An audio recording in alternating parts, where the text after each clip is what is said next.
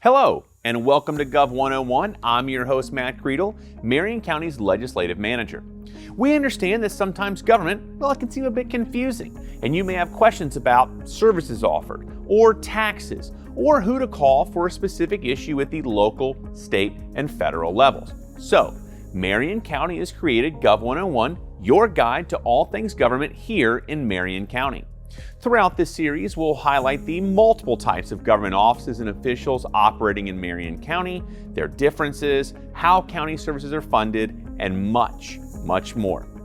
In this episode, we briefly touch on the county's constitutional officers and examine some elements of how the county collects funds for its budget, including millage rates, trim notices, and discretionary sales surtaxes. You ready to get started?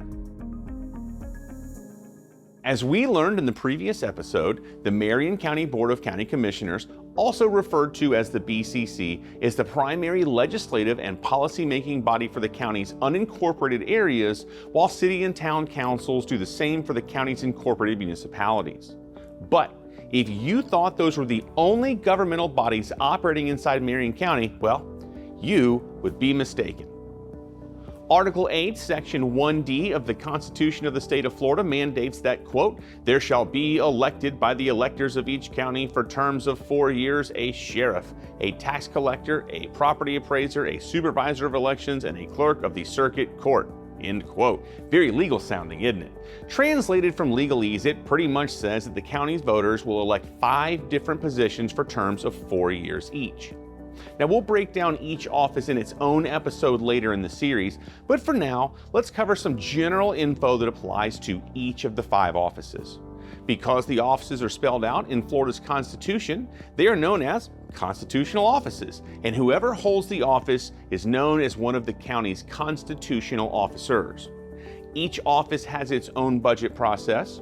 For example, the property appraiser submits their budget to the Florida Department of Revenue for their review and approval. A copy of the budget is then provided to the BCC for inclusion in the county's general fund budget. The property appraiser budget process serves as an important separation of power in local governments, so the taxing authorities which set the millage rates do not have financial or budgetary influence over the property appraiser budget, who is responsible for the valuation of properties. Another example is the sheriff. In our case, Marion County Sheriff Billy Woods. Sheriff Woods submits his budget to the BCC for approval. However, once the BCC approves it, Sheriff Woods is then free to make amendments as he sees fit without needing further BCC approval. We'll press pause right there on the different constitutional officers for now, but as I mentioned earlier, each office will get its own dedicated Gov 101 episode in the future.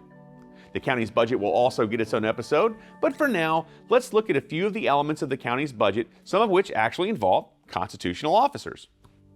The Florida legislature passed the Truth in Millage Act, also known as the Trim Act, in 1980. Basically, the law requires a county's property appraiser, in Marion's case Jimmy Cowan, to mail trim notices to every property owner in Marion County. What's a trim notice, you ask? Great question. A trim notice is also known as a notice of proposed property taxes and proposed or adopted non-ad valorem assessment, and pretty much it's information intended to inform the property owners of the proposed property tax. The BCC imposes the property tax rate and other assessments such as those for fire, municipal service assessments, or non-county maintained roadways, which all show up on your trim notices. Some of the special assessments that are collected include those collected by the county's Municipal Services Department. We'll learn more about municipal services in our upcoming podcast episode. But the BCC isn't the only taxing authority that imposes property taxes. Your property taxes also go to the Marion County School Board, and if you live in one of the county's cities or towns, to their government as well. Now, we've used the term millage rate more than a few times so far, but what is a millage rate? Another great question. Millage is a tax rate that is defined as the dollars assessed for each $1,000 of a property's value. If we look at it like a mathematical equation, it looks like this. Millage rates are examples of ad valorem taxes and are set by whichever entity imposes them. So, the BCC only controls the millage rate we impose. Other entities, such as the City of Ocala and special districts, set theirs independently and without input from the BCC. The state of Florida regulates the rate, and while there is a limit on how high the rates can be raised, there is no limit on how much they can be lowered. Additionally, the state has mandated that any final vote on millage rates must take place at a publicly noticed meeting, which gives residents a chance to make their voices heard. Property taxes are used to fund county services, but they are just one way the county collects funds. Another is known as a local option county sales tax, more commonly referred to as the penny sales tax. Currently, 65 of Florida's 67 counties, including Marion, levy a local option county sales tax. 1/3 of the counties levy a surtax dedicated to infrastructure improvements, as Marion's is. The taxes must be approved by county voters before they can be levied or collected. The Marion County BCC levies 1% discretionary sales surtax, which voters approved for 4 years in both 2016 and 2020. That means for every dollar you spend here in Marion County, 1 extra penny is added to the state sales tax, and that penny, in the case of Marion County, is restricted by state statute on how it is used. Any funds collected by the sales surtax can only be used for public safety and infrastructure projects.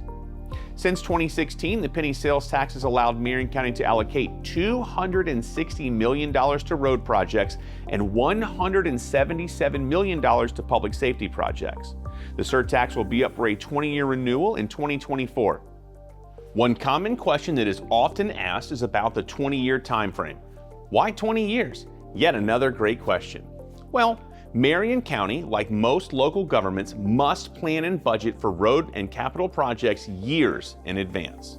The county has developed a 20-year road improvement plan to address existing traffic issues and to be prepared for the expected future demand. This plan can only be valid if Marion County has a reliable funding source in place. Some large construction projects, including the widening of existing roads, the building of new roads, and constructing of new buildings, such as fire stations, can take many years. These processes include design, right-of-way acquisition, and construction. For Marion County to maintain acceptable levels of service, advanced planning with reliable long-term funding is the key to providing needed infrastructure. You can find out how much has been collected, what it's been used for, and many more facts about the tax at marionsalestax.org. Well, that's all the time we have for this episode. If you'd like a deeper dive into the topics discussed, be on the lookout for the next episode in our Gov 101 interview series, where you can listen to a conversation with Marion County's Municipal Services Director, Chad Wicker, and more. We hope you've enjoyed this episode of Gov 101, your guide to government here in Marion County. Until next time, so long, everybody.